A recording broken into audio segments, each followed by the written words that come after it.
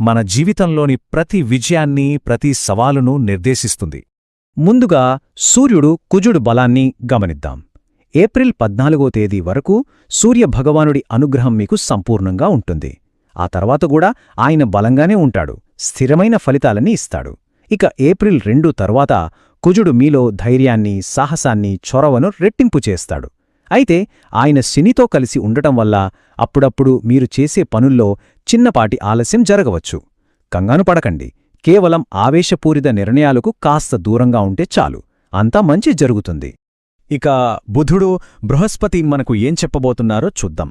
చూడండి, ఏప్రిల్ 11 వరకు బుధుడి మద్దతు అద్భుతంగా, చాలా బలంగా ఉంది. దీనర్థమేంటంటే, ముఖ్యమైన చర్చలు, ఏవైనా ఒప్పందాలు లేదా కీలకమైన సంభాషణలు ఏమైనా ఉంటే వాటిని ఈ మొదటి 10 రోజుల్లోనే పూర్తి చేయడానికి ప్రయత్నించండి. విజయావకాశాలు చాలా ఎక్కువగా ఉంటాయి. ఇకపోతే